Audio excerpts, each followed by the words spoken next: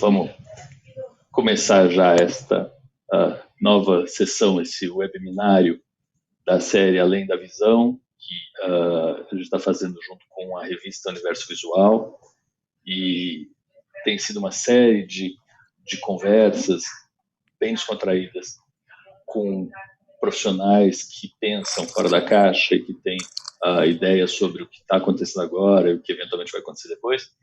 E essa série está sendo focada em trabalho. Falamos um pouquinho já de como que aparentemente tem sido o trabalho. Antes disso, falamos bastante da desigualdade que ronda a gente, que claro que afeta isso também.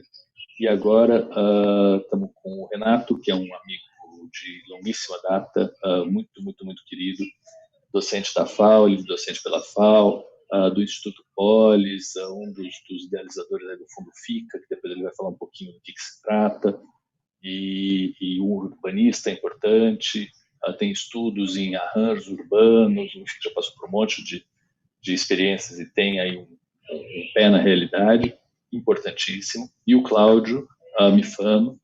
Cláudio é um administrador pela GV, fez o MBA dele em Stanford, é hoje vice-presidente de inovação do Einstein, tem uma iniciativa importante que chama Livans, que é de um coworking médico, que é alguma coisa que nunca teve tão importante como agora, quando a gente pensa de verdade em ter menos e ser mais ou usar mais. Então, acho que a gente vai ter uma conversa bastante produtiva, entendendo do que se tratam essas iniciativas e o que a gente tem aí para esperar daí para frente. Eu acho que a gente podia começar, e a ideia é ter 10 minutos de papo com o Rê, depois 10 minutos com o Cláudio, e depois a gente junta, e aí fazemos perguntas trocadas. Eu tenho um monte de dúvidas para fazer, e que vocês podem mandar perguntas e mandem, por favor, pelo chat, que está aí no site da Universo Visual, e espalhem para quem não tem, não está online, que ele está, para entrar pelo Universo Visual, pela revista também. E isso vai estar disponível, toda essa conversa vai estar disponível depois, provavelmente amanhã, nessa mesma hora, para quem não viu, poder ver. Então, Rê, queria falar com você um pouquinho de uma coisa que está no site do Fundo FICA, depois você vai explicar o que diz que a gente tem mais habitação vazia do que déficit habitacional. Então, que a gente tem mais lugar para as pessoas ficarem do que de verdade necessidade delas. Então, a gente tem uma especulação absurda em torno da habitação, e o Fundo FICA é um fundo que eu estou trazendo à tona porque me parece, de novo, nessa história de vamos, em vez de ter, entender que a gente tem que usar, né?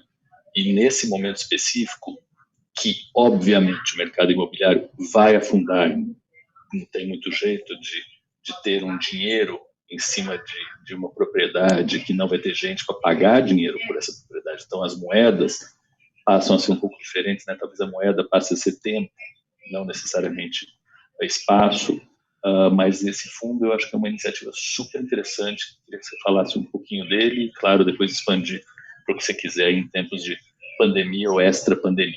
Se quiser se apresentar, fica à vontade. Bem-vindo aí. Muito obrigado, Paulo. Um prazer conversar com vocês, Cláudio, pessoal da revista. Muito obrigado pelo convite. E um agradecimento duplo, né? O Paulo trouxe um projeto com o qual eu estou envolvido há alguns anos. Ele é um projeto de um fundo imobiliário. Ele usa toda a terminologia do mercado financeiro, mas ele é um fundo imobiliário que funciona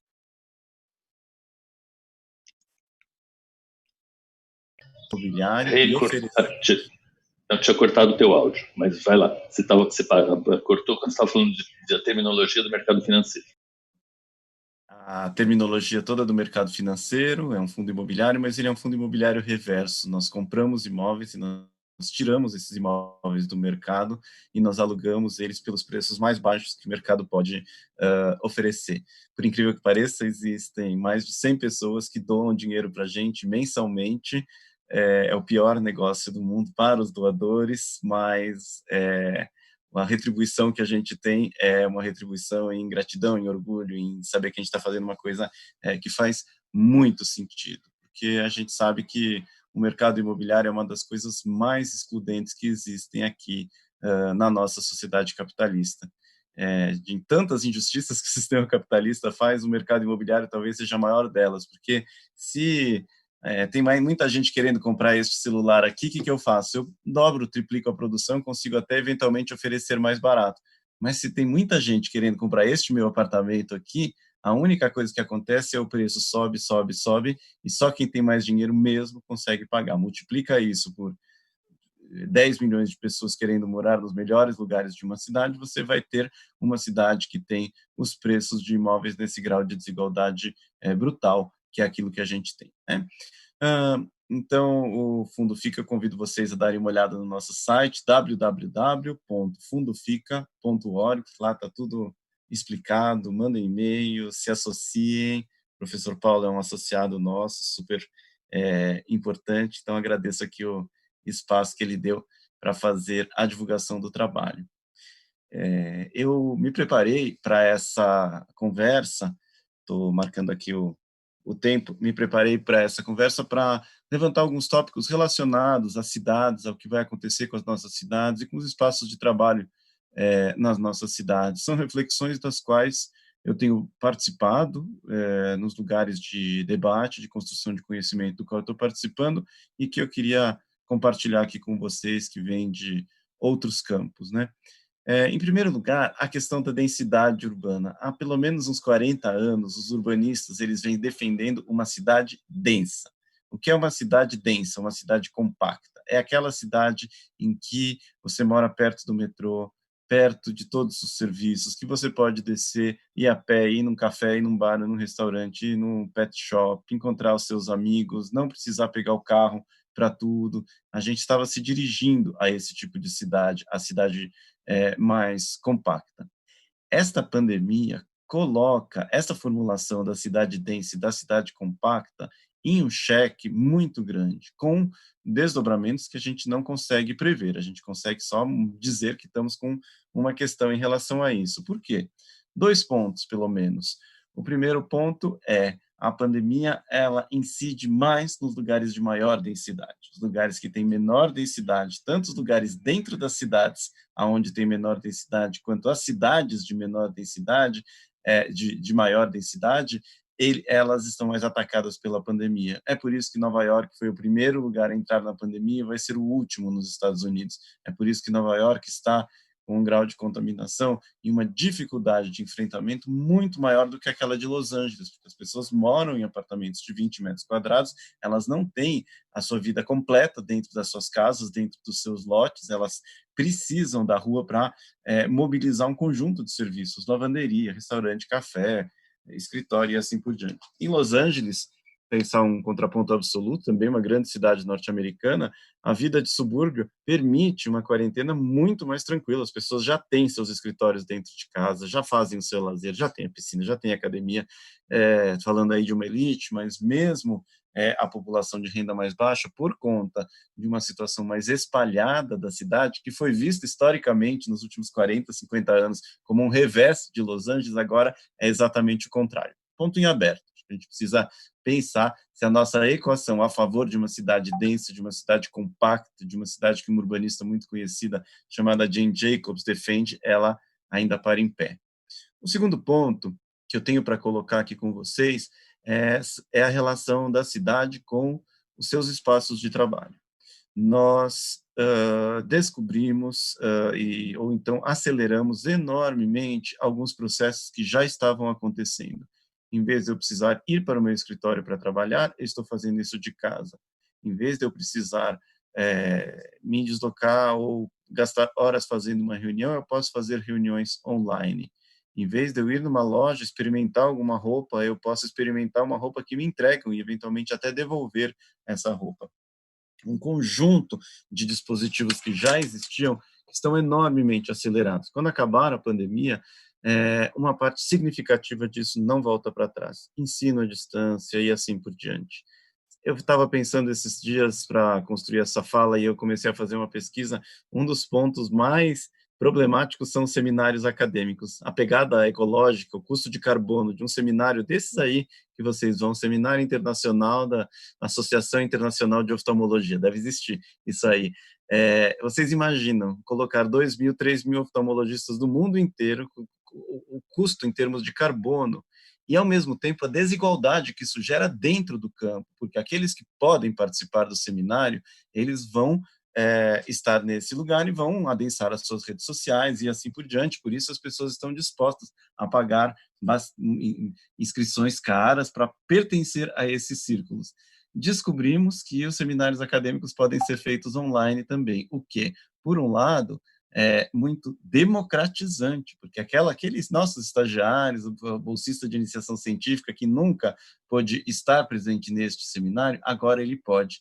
E eu acho que isso tem uma potencialidade disruptiva em relação ao nosso meio acadêmico, que é também muito grande. Então, um exemplo de um monte de coisa que vai precisar ser reinventada, e nós vamos precisar descobrir quais são as situações em que nós vamos acabar nos encontrando presencialmente, sendo importante o encontro presencial. Provavelmente a gente vai ter uma situação que é mista, né? Vai ter um pedaço que é presencial, um pedaço que é online e assim por diante, mas que vai ter uma mudança brutal na forma como as cidades se organizam, vai acontecer. Não tanto por causa da saúde, da pandemia, mas por causa do abraço absurdo, forçado que nós fizemos das novas tecnologias. Uma outra questão aí bastante importante para a gente pensar. Um outro ponto importantíssimo para o Brasil, pela primeira vez na história, nós conseguimos entender o custo do trabalho doméstico, o esforço do trabalho doméstico, as empregadas que a classe média, média alta, passou historicamente para mulheres negras, e estão vendo como está dando trabalho as casas que a gente inventou, aspirar, os nossos padrões de limpeza, a comida que a gente acha que deve comer, e assim por diante. Isso eu espero também que tenha uma mudança muito grande. Acho que a sociedade brasileira é uma das sociedades que mais se fia em serviço de empregados domésticos, e aí vai ter uma mudança de relações muito grandes, porque estamos percebendo que, eventualmente, não precisamos de tanto trabalho de empregados domésticos, mas isso vai significar, sim, que nós vamos precisar reconstruir a forma como a gente usa os espaços dentro das nossas casas. O outro ponto... Isso é o meu relógio dizendo que acabaram meus 10 minutos. O outro ponto, o último que eu queria colocar, para não me estender demais, estamos numa batalha de 40, 50 anos, os urbanistas, digamos assim, mais progressistas, contra o carro, contra a motorização. Nós, nos últimos 10 anos, 5 anos, eu posso dizer que a gente estava ganhando, que uma quantidade grande de pessoas estava abandonando o transporte individual, o carro, em prol de outras coisas, o transporte coletivo, o Uber, ter menos carros, menos deslocamentos, morar perto do trabalho, uma série de dispositivos que nos permitiu iniciar um processo de abandono do carro, pelo menos do carro como um mecanismo de transporte coletivo corriqueiro, né? Ele passa a ser usado com mais propósito e menos em todos os deslocamentos que a gente precisa fazer. Isto, de novo, está em xeque com a pandemia. Quem pode andar de carro, atualmente pode escolher andar de carro ou andar de ônibus ou de metrô, está escolhendo andar de carro com a razão da saúde, dessas questões infecciosas. Acho que isso aí temos ainda alguns desdobramentos negativos. A gente pode talvez voltar uma certa dependência ao carro se não houver alguma mudança. Então, são as primeiras ideias que eu queria colocar aqui no debate. Queria agradecer novamente o convite que vocês Muito, muito, muito legal, Rê. Dá uma coceira desgraçada perguntar um monte de coisa, entre as quais uma coisa que a gente via antes, mas acho que essa eu já vou jogar direto para o Cláudio, mas depois vou voltar para você, de consultório junto com casa. Sabe aquele arranjo que tinha no passado, do meu avô, do pessoal que tinha o consultório na 7 de abril, e a casa era no fundo do consultório, as crianças ficavam lá e você fechava a cortina para atender os pacientes e voltava para tua casa. E os psiquiatras e psicólogos fizeram isso durante anos, né? Tinham o consultório dentro da casa com uma entrada eventualmente separada, e a gente, eu acho que muito, pelo que você falou mesmo, uma cultura que vai ao extremo do comodismo, de você querer ter um lugar só para atender paciente, né? Um lugar só para você, sabe, essas coisas, um banheiro só para mim, uma pia só para mim. E você vê em outras culturas onde você tem um banheiro no apartamento é um luxo, né? De vez em quando tem banheiro no apartamento, o banheiro ele é de verdade coletivo e se vive desse jeito. Eu acho que repensar isso, e eu achei muito legal você falar que tem a ver com saúde, mas é muito mais do que saúde, porque a saúde, eventualmente, ou todo mundo pega essa desgraça, ou então aparece uma vacina, daqui a 2 anos isso aí diminuiu de um jeito ou de outro. Mas eu também acho que algum monte de coisa fica. Mas vamos voltar já nisso aí. Claudião, estamos com contato restabelecido. As meninas falaram que se você quiser virar o teu celular na horizontal assim, você fica bonitão. Opa! Agora você ficou torto de volta. Mas se melhorar já tá. Ficou melhor? Volta, Claudião. Volta, velho. Não precisa apelar para ficar bonito também, né? Bom, mas acho que você tá aparecendo bem. Eu tô sincronizado ou não? Tá perfeito, tá legal. Mas você tá no olho desse furacão aí, né? E você pegou essa ideia de que não precisa ser meu para funcionar desde o começo e foi atrás e montou a empresa toda baseada no coworking. A gente tem co-housing hoje em dia. A mãe do Rê é uma super adepta de co-housing, uma das primeiras pessoas que eu ouvi falar de co-housing e viver todo mundo junto. Mas queria que você contasse um pouquinho da história aí do Livans, como é que ele está agora, como é que ele foi montado e se ele está só bombando e agora faz mais sentido do que antes, ou se vocês mudaram alguma coisa no foco dele e onde que vocês estão agora, o que vocês estão pensando nesse sentido de espaço, né? O espaço de trabalho. Legal. Bacana. Bom, Paulo, obrigado pelo convite para a revista Universo. Acho que uma oportunidade muito legal estar aqui, enfim, trocar algumas ideias nesse momento aí único, né? Enfim, acho que todo mundo com a cabeça mais aberta, né? Com menos preconceitos aí para questionar muitas das coisas que vinham sendo feitas e, enfim, apesar de ser um momento triste por um lado, acho que é um momento de muita reflexão para o lado positivo também, como é que a gente sai melhor dessa, e a gente só vai sair melhor se a gente sair junto, né? Bom, eu depois de 13 anos no mercado financeiro, né, como você falou, eu estudei administração e resolvi estudar fora, fui fazer um MBA lá no Vale do Silício, já querendo olhar para o novo, trazer alguma coisa diferente, criar alguma coisa diferente que, enfim, que trouxesse um impacto, né? Acho que o mercado financeiro é um lugar interessante. Depois de um tempo a gente começa a querer procurar alguma coisa, de repente um propósito, enfim. E foi um pouco em busca disso que eu fui para lá, né? Olhar um pouco tecnologia, enfim. Conheci um engenheiro lá que era amigo de um médico, né? Também oftalmologista aí, e o Fábio, que é um médico empreendedor, inovador, já tinha, né, enfim, tentado um empreendimento antes na área de tecnologia e a gente acabou se juntando para...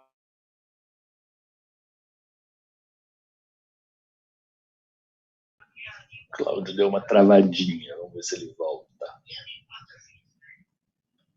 Cláudio, se você estiver ouvindo a gente, você deu uma parada. Então deixa ele retomar enquanto você estiver batendo bola aqui. Você quer? Acho que ele voltou já.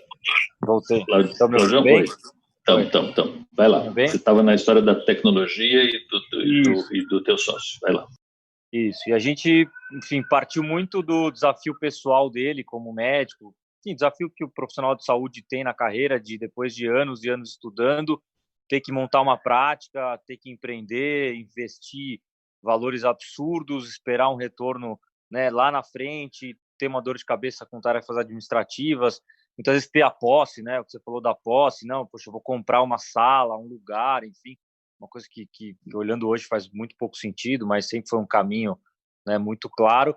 E aí a gente, após um ano de pesquisas, conversamos com mais de 150 médicos, né, ao vivo, para realmente entender. Acho que a gente consegue trazer inovação quando a gente mergulha no problema, né? Antes de querer trazer uma ideia, uma solução, acho que a gente vai atrás do problema, vamos entender.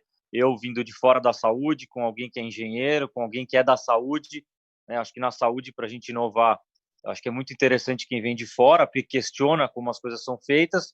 Por outro lado, é um setor que demanda uma cautela, enfim, um cuidado, não é um setor onde você sai testando, enfim, como eventualmente em outros setores. E a gente montou esse conceito de consultórios inteligentes, que a gente chama, o consultório compartilhado sempre teve, o consultório inteligente, onde a gente traz uma solução completa que envolve tanto o espaço físico quanto uma presença digital, um site, o agendamento online, um serviço de secretária com um telefone.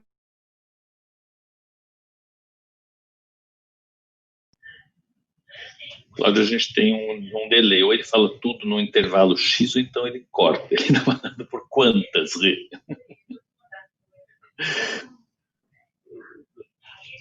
Oi? Querem que eu pegue aqui? Eu queria que você falasse um pouquinho da história de tudo junto. Da casa, junto com o consultório, junto com o trabalho, junto com tudo, onde o espaço da gente morre, onde o muro cai. Mas acho que sim.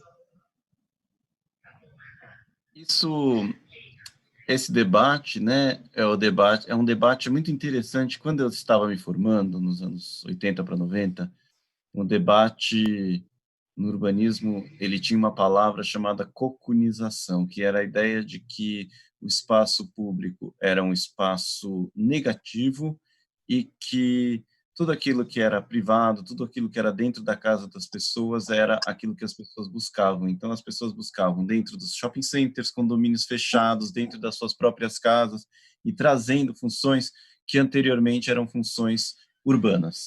Um exemplo super clássico é o que foi acontecendo com televisão. Ninguém tinha televisão em casa, as pessoas iam muito ao cinema. Né? As salas de cinema eram gigantescas, 1.000, 2.000 lugares. Com a invenção da televisão e a tecnologia da televisão, hoje em dia, uma quantidade muito grande de pessoas têm tecnologias de cinema dentro de casa. Home theater, a poltrona, essa coisa toda e assim por diante. Né? Isso era o debate da moda nos anos 80. Nós, com muito custo, com muito esforço e com muito... O mundo andou, né? Nós conseguimos provar a nós mesmos que encontrar as pessoas nos espaços públicos, nos espaços abertos, era alguma coisa interessante. Então, o uso de espaços públicos hoje em dia, até antes da pandemia, na cidade de São Paulo, ele nunca tinha sido tão intenso. Quando as pessoas de fora de São Paulo vêm para São Paulo e veem hoje em dia a intensidade com a qual a Avenida Paulista é usada nos domingos, o Minhocão e mesmo parques no fim de semana e assim por diante, as pessoas ficam muito surpresas, porque tudo que elas leem sobre São Paulo é aquela coisa, São Paulo é aquela cidade onde as pessoas andam os ricos andam de helicóptero, onde tudo acontece dentro do espaço privado das pessoas. Então, é uma literatura até que não descreve mais o que era a cidade até a pandemia.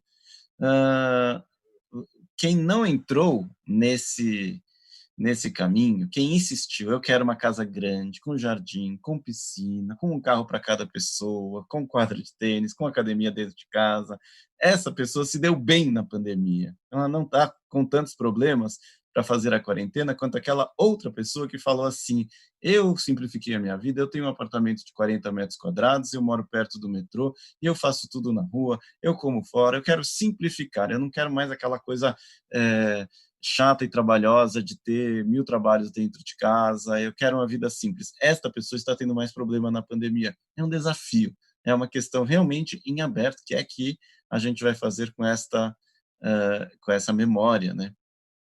Agora, tem uma outra coisa que estava no começo da fala do Paulo, que eu acho que ela é muito importante para nós, tanto na greve dos caminhoneiros, que aconteceu uns 2 anos atrás, quanto agora, a gente começou a perceber o valor dos circuitos curtos de produção e consumo. Quando a sua comida vem de perto, vem de Parelheiros, vem de Mogi, vem de lugares de agricultores aqui próximos, no cinturão da metrópole de São Paulo, a gente está com poucos problemas de abastecimento. Que problemas de abastecimento que deram? Aquelas que vêm de muito mais longe, que precisam de circuitos muito mais complexos de produção, de industrialização, de transporte, de logística, que vem de outros países e assim por diante. Essas esses artigos, e que algumas comidas mais industrializadas é isso, mas outros, por exemplo, tudo que tem a ver com a produção de eletrodomésticos que precisa de um chip que vem da China está com problemas. A China, o comércio entre a China e o Brasil teve um conjunto de interrupções. Esses equipamentos de proteção, todo mundo se escandalizou ao saber que 95%, vocês me corrijam se não é esse o número, 95% dos equipamentos de proteção, máscara, essas coisas todos vêm da China, e uma das problemas do Brasil é que a gente não consegue mobilizar rapidamente algumas dessas cadeias produtivas. Então, a produção de coisas que vão ser daqui para frente consideradas produtos de segurança nacional mesmo, elas talvez passem por mudanças. E eu acho que sim, uma grande valorização daquilo que vem de perto, né? Do alimento que vem de perto, da produção que vem de perto, o próprio turismo, né? O turismo de longa distância, todo mundo se enfia dentro de um avião, 400 pessoas, um aeroporto, uma escala. Isto vai demorar para voltar. E neste caminho, eventualmente, as pessoas descubram que é mais interessante se você fazer um turismo que é mais próximo, em que você conheça alguma coisa que é perto da sua casa, que você possa construir uma relação com alguém que eventualmente pode produzir uma geleia que você goste, um queijo que você acha que é interessante. Isso eu acho que vai ter uma valorização dessas relações que são mais estreitas. A gente inicialmente vai ser forçoso, nós vamos precisar fazer isso, e daí eventualmente possa aparecer uma cultura de que não necessariamente a gente tem que ir lá para a Suécia ver a aurora boreal para fazer alguma coisa que é sofisticada. O sofisticado pode ser você, daqui a 2 horas, fazer uma visita para um produtor de queijo na Serra da Canastra, que pode te apresentar coisas também interessantes. Eu acho que isso é uma potencialidade que a gente vai ver na nossa vida pós-pandemia. Legal. A Rita Lobo estava falando de quiabo, frango com quiabo outro dia, que frango com quiabo, a receita pode ser uma coisa, se for servida fora do Brasil, uma coisa mais maravilhosa do mundo. Aqui você fala frango com quiabo, é comida de, né, não interessa, não é comida chique, mas eu adoro frango com quiabo, eles adoram quiabo. Claudião, estamos com você de volta. Manda bala. Vamos lá. Agora vai ter que dar, né?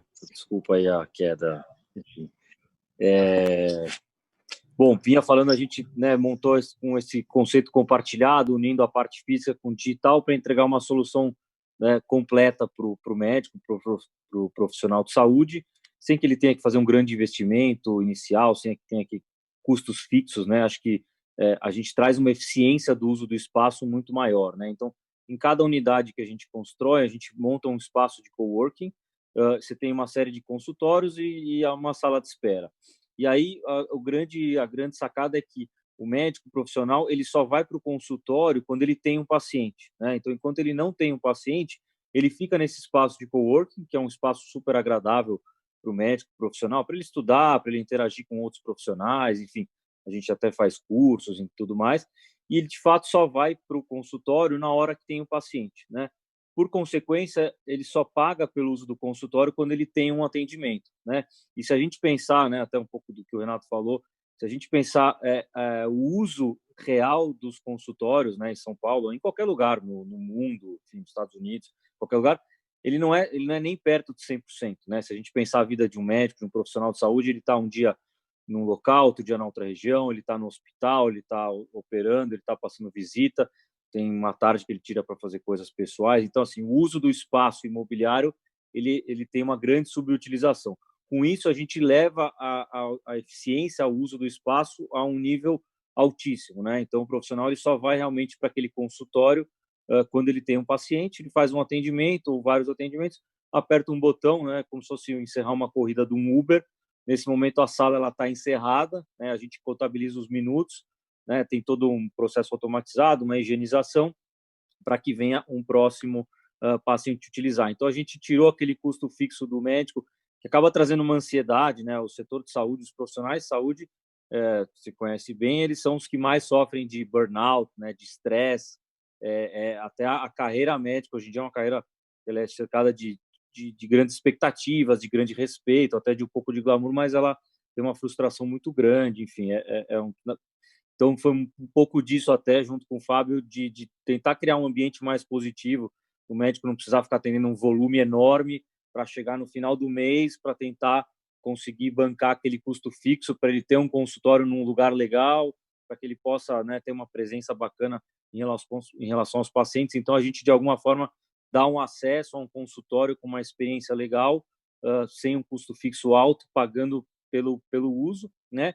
E aí a gente começa a construir uma rede de unidades. A gente começou faz 2 anos e meio, a gente hoje tem 4 unidades, a gente vai inaugurar agora, mesmo com a pandemia, daqui a 15 dias a gente inaugura uma 5ª unidade, e aí a gente vai entregando a mobilidade, né, tanto para os profissionais quanto para os pacientes. Então, você brincou ali, né, é que eu vou ter um consultório na minha casa, mas o que a gente vê hoje, a gente tem mais de 1.000 profissionais que têm seus consultórios nas nossas unidades, e mais da metade já atendem pelo menos 2 unidades, ou seja, ele tem um consultório um dia perto de casa, vai atender um determinado público, outro dia ele vai estar próximo a um hospital, outro dia vai estar próximo a uma outra região, enfim. Então, acho que a gente vai tirando esses grandes deslocamentos, né, da cidade.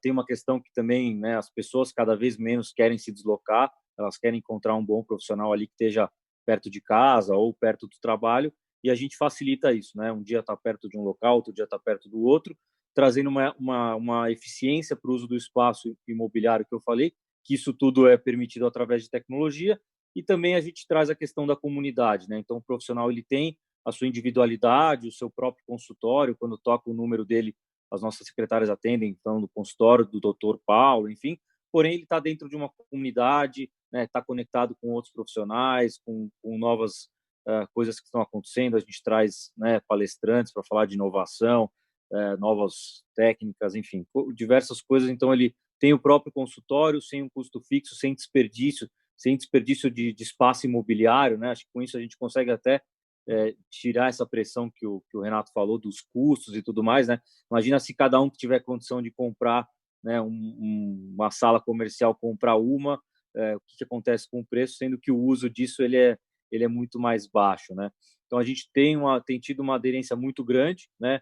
É interessante que no começo a gente vinha profissionais mais jovens, né, que são os mais inovadores, né, são os early adopters, que a gente gosta de dizer nesse mundo, né, que adoram as novidades, e a gente tem visto cada vez mais profissionais, médicos já em fase mais avançada, já 50, 60, vários profissionais de mais de 70 anos que optam por fechar os seus próprios consultórios, começam a entender que gerenciar aquele espaço, manter aquele custo, aquilo ali não está fazendo mais sentido, e começam a ter uma confiança maior por uma estrutura que eles entendem que é algo consolidado, não é uma coisa que vai ser testada, é algo que funciona.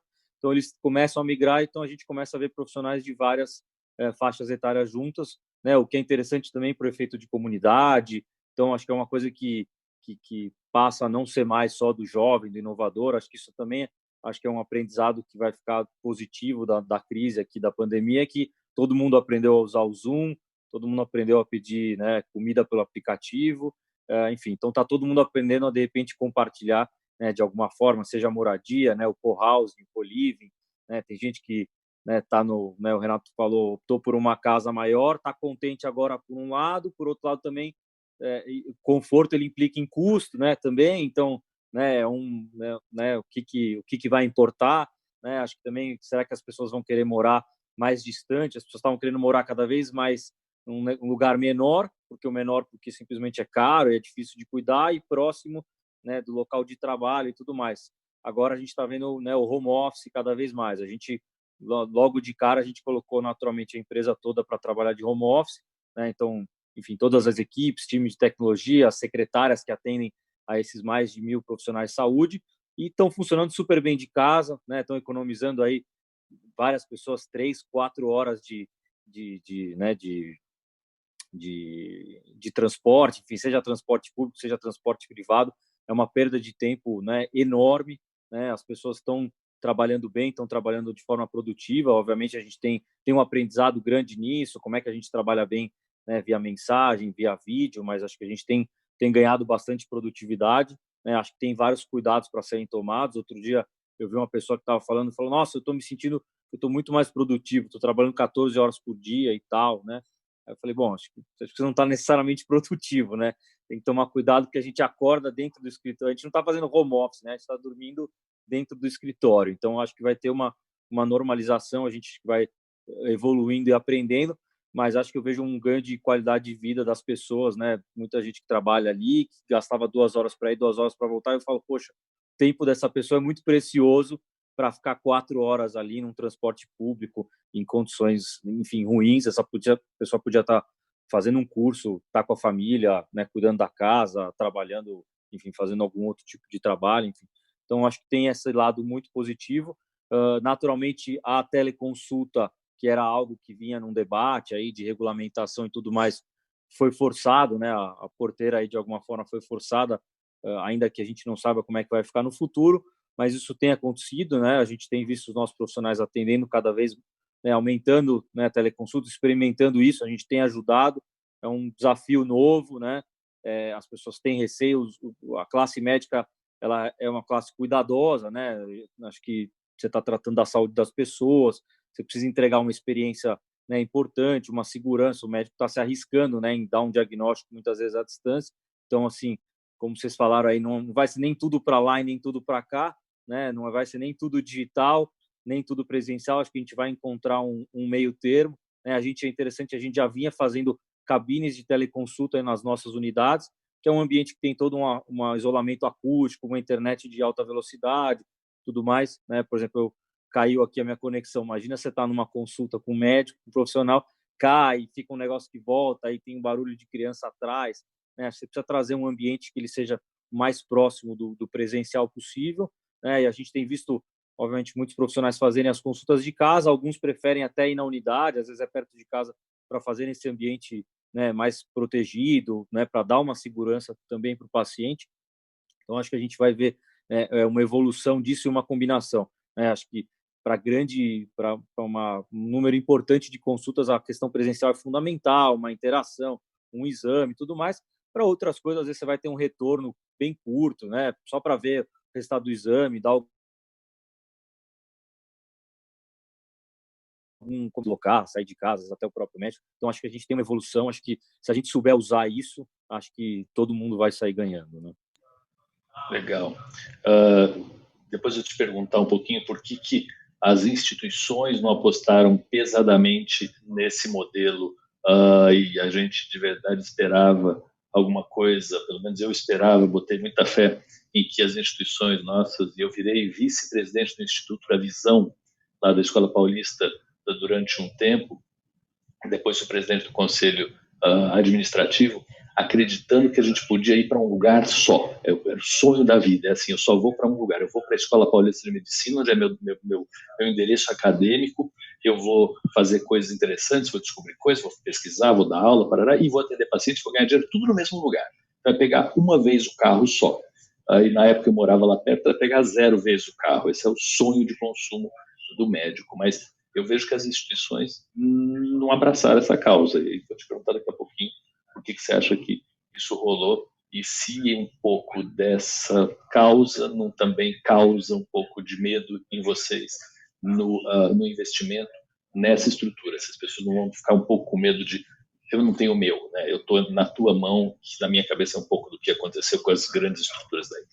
Mas Rê, você acha que a experiência de Alphaville é uma coisa que vale a pena ser repensado? Alphaville, de você fazer, né, bairros planejados longe, que tenham uma estrutura própria, ou cidades planejadas, ou a gente começar a ver gente mudando um pedaço grande da vida para Gonçalves, para São Francisco Xavier, um monte de gente que a gente conhece fez isso e ainda faz isso, e em alguns extremos, né, da vida. Então, o diretor atual da FAPESP, que é o Luiz Eugênio, muito próximo, diretor científico da FAPESP, tem uma casa em Gonçalves e vai a Gonçalves, agora muito menos, porque ele está muito mais ativo na FAPESP, mas ia muito mais a Gonçalves e ficava lá e despachava de lá e funcionava as coisas lá. E num ambiente que, é o que você falou, é muito gostoso, né? Você tem nesses lugares, igual que teve em Paraty, uma afluência de gente interessante, diferente, que tem traz aspectos culturais parecidos com os nossos, de um jeito ou de outro. Então tem tal do restaurante gostoso, se você ousa, não é uma repetição. Você acha que essas cidades não planejadas vão atrair, as cidades planejadas vão atrair? Claro que isso é futurologia. Eu tenho um sonho ainda de consumo, e a Vânia, minha esposa, fica brava com isso, de morar no Conjunto Nacional. Eu acho que agora mudou um pouquinho essa história que você está falando, mas adoraria morar lá. Eu acho que tem tudo, né? E ela fala, bom, mas aonde que a minha filha vai brincar? Na Livraria Cultura? Eu falo, Livraria Cultura é legal para brincar, né? É um espaço gostoso andar de patinete nas vielas do Conjunto Nacional.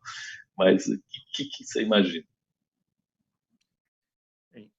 Uma das características da cidade, inclusive de todas as cidades, é oferecer as duas situações. Então, cidades como São Paulo, as capitais brasileiras e as cidades que a gente acha que são cidades bacanas no mundo, elas oferecem as duas situações. Se você quiser morar no Conjunto Nacional de Nova York, no meio do Meatpacking District, Chelsea, no meio da muvuca, que tem um monte de gente, um monte de restaurante, galeria de arte, cinema, em que você tem uma vida de rua, existe esta possibilidade.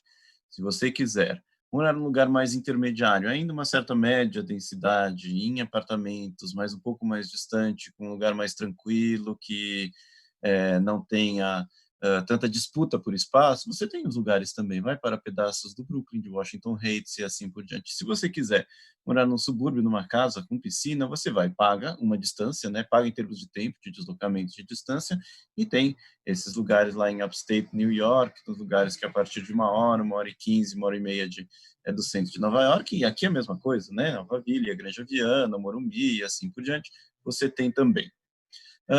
Até os anos 90, o movimento geral era o movimento do desadensamento. O grande sonho era uma casa grande, com piscina, com jardim, com quadra de tênis, tudo que você conseguisse fazer para se proteger das contradições da cidade, era isso. Então, os lugares mais densos, eles não eram os lugares mais valorizados da cidade.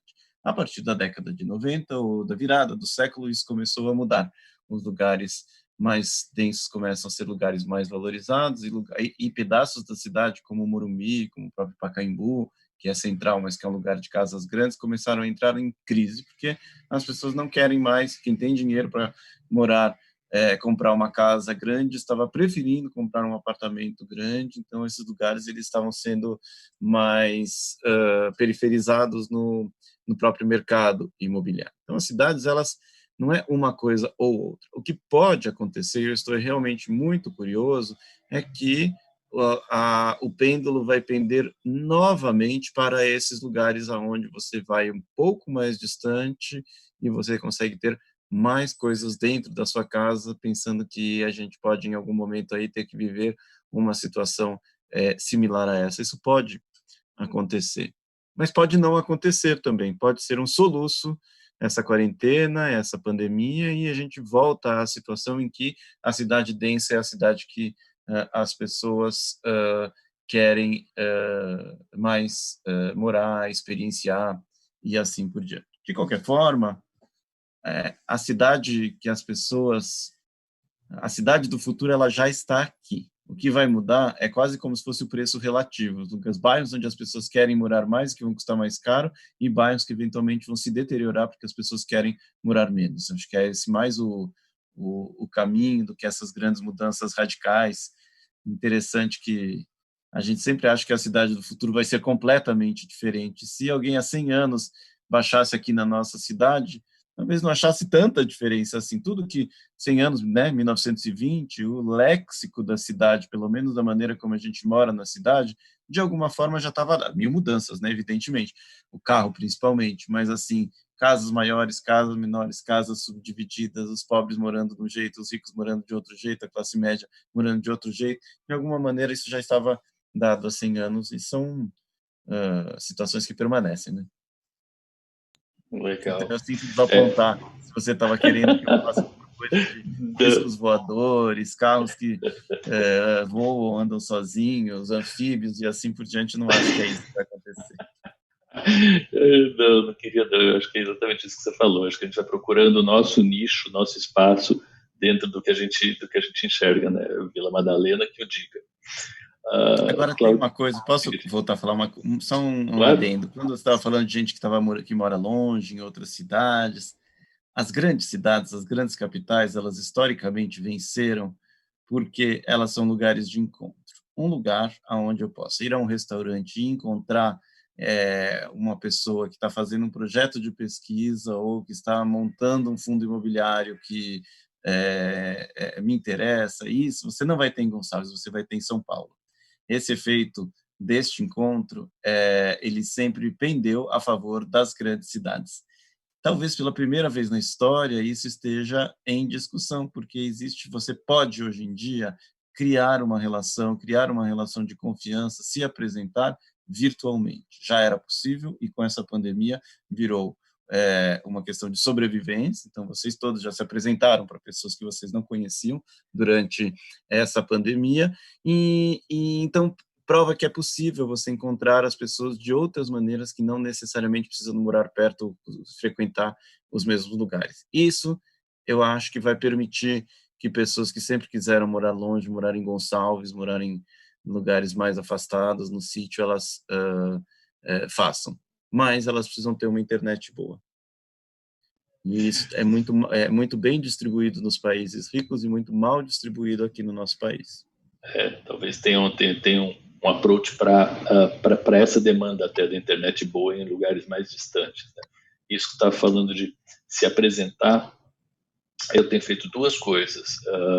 Já fazia uma, que é não ter telefone fixo no consultório, para tentar que a minha assistente não morasse no consultório e eu ficasse pagando para ela ficar lá para atender o telefone. É um pouquinho caro, né? Ficar lá para atender o telefone. Então, eu só tenho telefone móvel, o que foi uma mão na roda nesse momento. Isso que está falando de se apresentar, uma coisa que eu tenho feito para os pacientes hoje é gravar vídeo. Então, eu gravo um vídeo, leio a ficha dos pacientes, que deveriam estar voltando agora, um ano de retorno, e mando para eles um vídeo com a minha cara, falando alguma coisa do caso especificamente dele. É ótimo, dá um trabalhão lógico, mas mantém uma relação, e isso do vídeo e da voz, eu acho que é uma coisa que a gente, de verdade, ou tinha um bloqueio, ou era, né, tinha uma chavezinha para trocar, que era, na minha cabeça, era sempre muito mais difícil ter isso que você falou, a confiança, na hora que você não está no mesmo espaço físico da pessoa. E hoje a gente está percebendo que tem um monte de ferramentas que a gente consegue ter essa confiança sem ter esse mesmo espaço físico. Eu estou de banca de um cara no MIT. E, para mim, são todos gênios maravilhosos. Nunca conheci ninguém de lá, mas fiquei de visiting professor um tempo, me chamaram para ser banca desse cara. E há 3 dias atrás eu fiz uma pré-banca com os docentes do Media Lab e com esse cara, com o candidato. Mas um pouco antes, o orientador dele me mandou uma mensagem escrita, falou, vai ter a banca para ele. Falou, posso te mandar uma mensagem de voz? E ele é músico. Ele falou, claro, por favor, ótima ideia. Eu mandei numa boa. Ele me voltou assim, estupefato. Falei, que ótimo! Percebi o que você queria, o que você achava, qual a sua entonação. Então, o que você está falando, acho que é mais pura realidade. A gente começa a destravar, né, alguns preconceitos, algumas dificuldades que a gente tinha de lidar. Não é lidar com a tecnologia, fazer funcionar, mas é de internalizar o que tem de bom na tecnologia e que isso funciona. E acho que a telemedicina tem tudo a ver com esse negócio daí. Mas, Claudião, fala um pouquinho por que você está pegando, como é que você está pegando o espaço do Einstein e do Cid, e os caras não estão te matando, e por que eles não estão dando a rasteira em você? Eu acho que eu diria que cada um, acho que com o tempo, né, acho que esse mundo das startups, né, de terem destaque e acharem o seu espaço, tudo mais, em geral as startups, acho que elas acabam focando muito num serviço específico, né, num nicho específico, num produto específico, que talvez as grandes corporações não estavam olhando, ou também não era algo assim, também talvez muito relevante, né? Acho que as grandes corporações elas têm grandes preocupações ou grandes focos e apesar de uma grande corporação em geral ter muito capital e ter muitas pessoas, é uma ilusão achar que dá para fazer tudo e que dá para fazer tudo bem, né?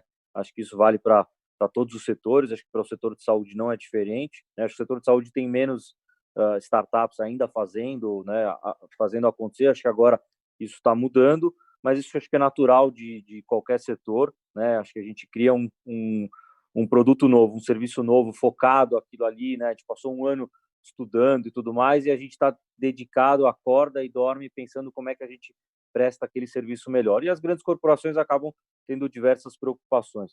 Eu acho que no caso específico dos hospitais que você mencionou, de grandes redes, enfim, acho que o principal foco de um hospital em geral é a parte de mais complexidade, de um centro cirúrgico, de uma UTI, enfim, e não propriamente um consultório, né? Acho que a gente até acaba colocando unidades próximos a consultórios, que isso cria uma facilidade para o médico, né? Que ele está lá fazendo uma cirurgia, está visitando um paciente e ele quer também poder atender sem se deslocar. Você mencionou, poxa, eu gostaria de ir para um lugar só, né? E de repente esse um lugar só pode ser uma coisa a pé ali. A primeira unidade que a gente montou foi na Avenida Angélica, e a quantidade de médicos que vêm e voltam a pé do HC é impressionante. Então, é até interessante, porque durante o dia eles falam, poxa, é uma caminhada que eu faço, é saudável. Do próprio Sírio também, são 9 minutos andando, do Sabará. Então, ali faz parte do dia a dia deles. É interessante que a gente oferece dentro do nosso pacote a vaga de garagem. E aí, só que eu lembro que a gente, um dia eu olhei, tinha no começo, né? Você nunca sabe quantas vagas vai precisar e tal. Eu lembro que um dia tinha no começo ali, um dia que tinha 11 médicos atendendo, e aí, como é que tá na garagem e tal? Não, tem 2 carros. E você começa a ver que os médicos estão vindo mais a pé, eles estão circulando, vários acabam morando perto do hospital. Então, assim, eles acabam circulando de uma forma, né, mais inteligente. Eu acho que a gente está perto desses hospitais, acho que acaba sendo complementar, né? Então, acho que o que a gente faz é mais complementar, né? Acho que o hospital não está focado propriamente na consulta em si, ele está preocupado com coisas, né, de mais complexidade. Então, acho que a gente, né, convive de uma forma mais harmônica, né? E o próprio médico, ele muitas vezes ele quer ter o consultório dele, né?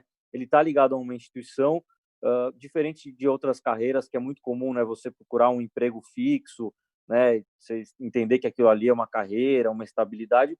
O médico ele tem vários vínculos, né? Acho que é natural da profissão, ele mantém o vínculo acadêmico, depois ele se alia, está num outro hospital, ele entra num outro grupo, enfim, então ele tem vários vínculos, ele mantém o vínculo, mantém a linha pessoal, né? Então ele monta um consultório independente, onde ali é o nome dele, né? Está seguindo, né, o próprio rumo, como você falou, poxa, ele não quer de repente estar dentro de uma organização que amanhã vai tomar uma decisão e de repente vai mudar e ele não tem o controle daquilo, né? Então eu acho que isso convive, a gente dá essa condição do médico ter a sua própria independência, o seu próprio local, né? Ele não depende da gente, a gente não aparece para o paciente não sabe que a gente existe, a gente é uma infraestrutura compartilhada e ele vai manter os vínculos com os outros locais que ele entende que é interessante e vai deslanchar a sua carreira, vamos dizer assim, pessoal dentro da nossa estrutura de uma forma muito mais simples, menos custosa, né, menos solitária, enfim. Então, a gente vê que muitos médicos falam, poxa, eu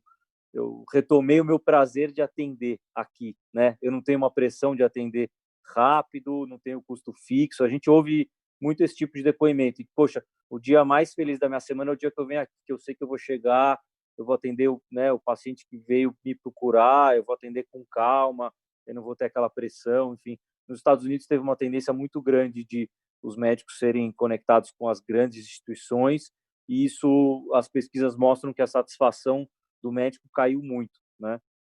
Então, assim, é complicado, né? Você tem atender rápido, atender volume, não necessariamente no hospital, mas às vezes ligados a outras instituições, enfim. Então, acho que o médico ele poder fazer da forma com que ele estudou e da forma com que ele acredita, acho que traz uma satisfação pessoal e às vezes até isso também, né, termina em tratamentos melhores. Você faz uma consulta com calma ali, você entende o paciente, você olha no olho, né? Acho que hoje está voltando um pouco desse médico de família, que na verdade é um médico que conhece o paciente, que olha ali com calma, que sabe que de repente aquela dor na coluna não é dor na coluna para todo mundo, é igual, né? De repente a pessoa tem uma questão familiar, um momento, então acho que você conhecer, você ter uma relação médico-paciente diferente, acho que isso faz muita diferença no tratamento e a gente de alguma forma tem essa missão de devolver essa capacidade do médico de ter uma carreira, né, com uma satisfação pessoal, que está ligado a atender bem os pacientes, com calma,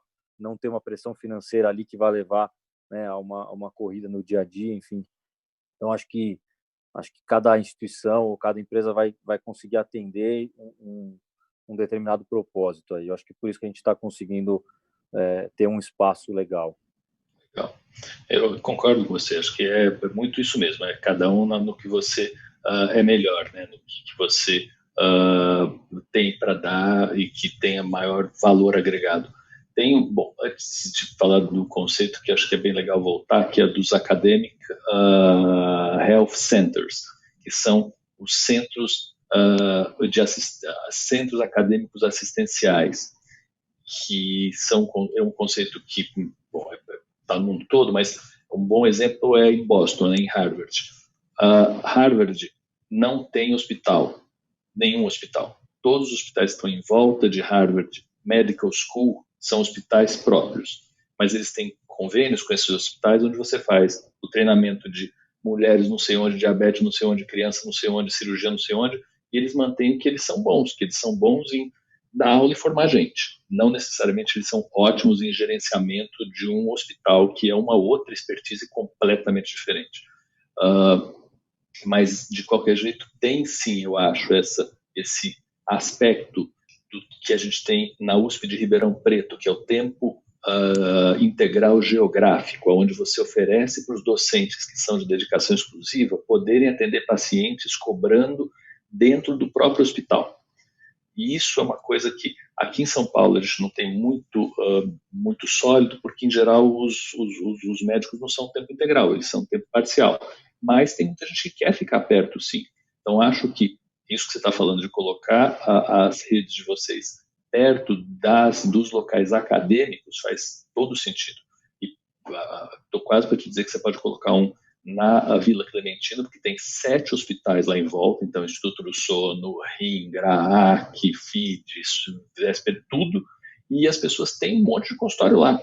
E os consultórios todos do pessoal estão, de verdade, é o que você falou, tem 30% de ocupação, e nessa pandemia, ouso dizer, não. É verdade que os oftalmologistas são os que mais sofrem. Pesquisa feita pela Sociedade Americana de Oftalmologia. A gente está com 15%, e eu não sei de onde tirou isso, porque eu acho que está com muito menos, do rendimento mantido durante a pandemia, porque oftalmologia é exame o tempo todo, né? Você não vai no oftalmologista para trocar grau, não dá para fazer teletroca de grau. Você tem que ir. E os caras não vão. Então a gente hoje está numa demanda muito mais baixa. A gente tem uma unidade ali na Vila Clementina, ali na Domingos de Moraes. E é curioso que dizem que é o bairro que mais mora médico no mundo, né? Eu não duvido nada. É impressionante. Sempre que eu encontro os médicos ali, falam, não, eu moro aqui na frente, assim, eu vi a obra aqui, eu estava acompanhando que eu moro aqui, assim, todo mundo impressionante como o pessoal mora por ali mesmo, né? Legal. Rê, estamos nos encaminhando aí para 20h30, se você quiser fazer suas considerações, please, gerais, finais, depois deixar para o Cláudio também, manda bala. A única questão que eu queria trazer para vocês, que está sendo muito discutido aqui nos nossos meios de quem se preocupa com a cidade, com a sociedade como um todo, todos os recursos novos que estão apontando, que podem apontar para uma possibilidade de otimismo, fazer encontros de casa, reuniões, morar em Gonçalves e assim por diante, eles se apresentam para uma parte muito pequena da sociedade, né? Então, o descompromisso com o restante da sociedade, que já é bastante tradicional da sociedade brasileira, tem a ver com a nossa sociedade escravista, ele vai precisar de alguma forma ser reequacionado também, né? O que estão pensando muito são projetos de renda mínima, de renda universal, em que a riqueza fantástica que a sociedade pode passar a criar a partir das ferramentas que se apresentam para nós, espaços compartilhados, teletrabalho, home office e assim por diante, que elas possam ser compartilhadas com as pessoas que não fazem parte desse meio, né? A faxineira não pode, manicure não pode, e assim por diante. E isso vai distanciar ainda mais esses dois polos da sociedade. Acho que isso a gente precisa sempre pensar nisso. Sempre que a gente acredita que tem coisas que são legais, que são bacanas, que são interessantes, quem é que está se beneficiando, e quem, por não se beneficiar, vai acabar ainda mais distante dos benefícios que a cidade e a sociedade têm para nos apresentar. Obrigado. Lindo, super legal. Desigualdade, desigualdade, desigualdade em primeiro lugar, né? Isso me lembro que o Oded Grajew falou aí há 2 semanas atrás. Ele gosta de citar o Ford, o Henry Ford, que pagava o melhor salário de todas as fábricas nos Estados Unidos. Diz que. E aí perguntava para ele, mas você é maluco? Você fica dando um monte de salário para os seus funcionários? Ele falou, eu quero que eles comprem carro. Até para o capitalismo é importante você ter uma desigualdade menor, se você for pela vibe do vamos deixar cada um por si, Deus por todos. Mas acho que é nosso primeiro mote e obrigação mesmo, para qualquer lado que você leia, né? Eu quero ter mais segurança, diminuir a desigualdade. Eu quero qualquer coisa que você queira passa por diminuir a desigualdade, né? E vai até o fim da história de os super ricos acabam fazendo coisas até para eventualmente diminuir a desigualdade, quer seja Bill Gates colocando dinheiro em vacina ou essas fundações todas que aparecem por aí. Acho que é óbvio, o Harari fala muito isso, né? Que se da pandemia a gente conseguir sair mais solidário, a gente ganhou uma batalha importantíssima. Se da pandemia a gente sair mais nacionalista, xenófobo, meu é meu, a gente de verdade perdeu uma enorme batalha. Então, acho que isso é muito impactante e é importante a gente ficar bastante atento. Claudião, contigo. Enfim, acho que puxando esse gancho, né? Eu acho que essa crise ela também veio para mostrar o lado verdadeiro, para escancarar, né, tudo. Assim, eu acho que a gente viu aí pessoas, né? Acho que a ajuda, enfim, a gente viu o lado bonito das pessoas e a gente viu o lado feio também, né? Eu digo de funcionário, de cliente, de amigo.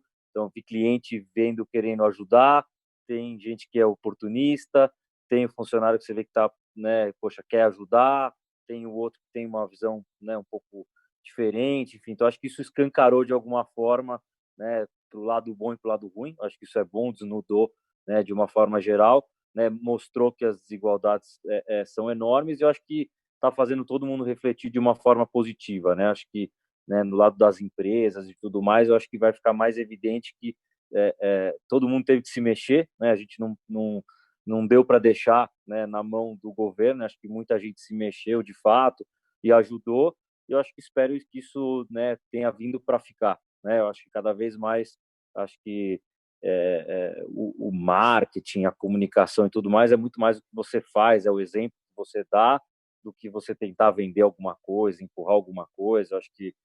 Eu acho que as empresas conscientes, as pessoas conscientes e solidárias, e passa também por isso, né? Acho que a gente tem dentro de uma empresa, você tem diversas pessoas em diversas condições diferentes. Então, o home office pode ser uma maravilha para uma pessoa, para outra pessoa ele pode ser um inferno, pode não funcionar. Então, como é que a gente ajuda a fazer funcionar? Será que essa pessoa quer? Será que essa pessoa não quer? Né? Então, acho que assim, você tem vários mundos diferentes, e eu acho que cabe a gente tentar abraçar isso, né, e facilitar a vida de todo mundo, né? Tem gente que consegue se mexer de uma forma mais fácil, mais rápida, e outras pessoas ainda demoram para reagir. Eu acho que o papel nosso é a gente liderar isso de forma positiva, né? Eu acho que a gente, na empresa, de alguma forma, já vinha fazendo um uso mais consciente dos espaços, da mobilidade, a gente já vinha facilitando isso, redução de custo, de desperdício. Acho que isso só vai acelerar, né? Você falou da ocupação dos consultórios, realmente a gente tem visto muita gente que tem grandes estruturas, grandes clínicas e tudo mais nos procurando, porque está entendendo que aquilo ali eventualmente não faz sentido. Para você praticar uma boa medicina, para você ter a tua carreira, você não precisa ter um tijolo ali, né? Você pode ter um lugar para você usar quando você precisar, de uma forma mais inteligente, mais sustentável.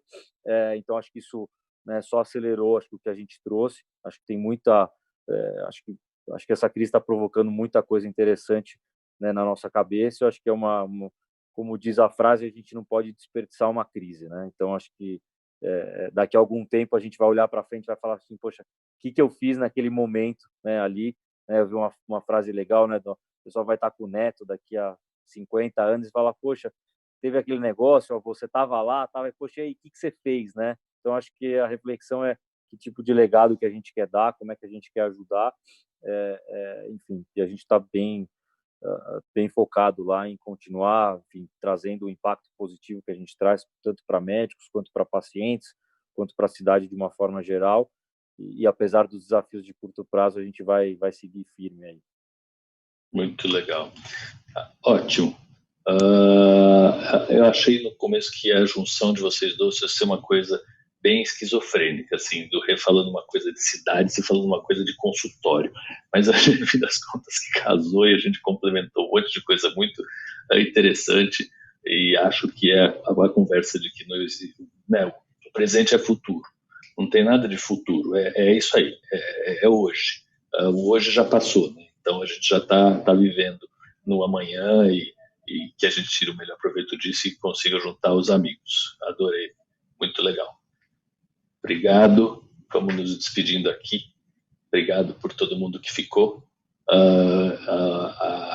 Esse webinar vai estar disponível a partir de amanhã para todo mundo que quiser assistir e para rever. Então, obrigado, Rê. Obrigado, Cláudio. Obrigado, Universo Visual. Tem sido um prazer fazer esses webinários além da visão com vocês. Obrigado.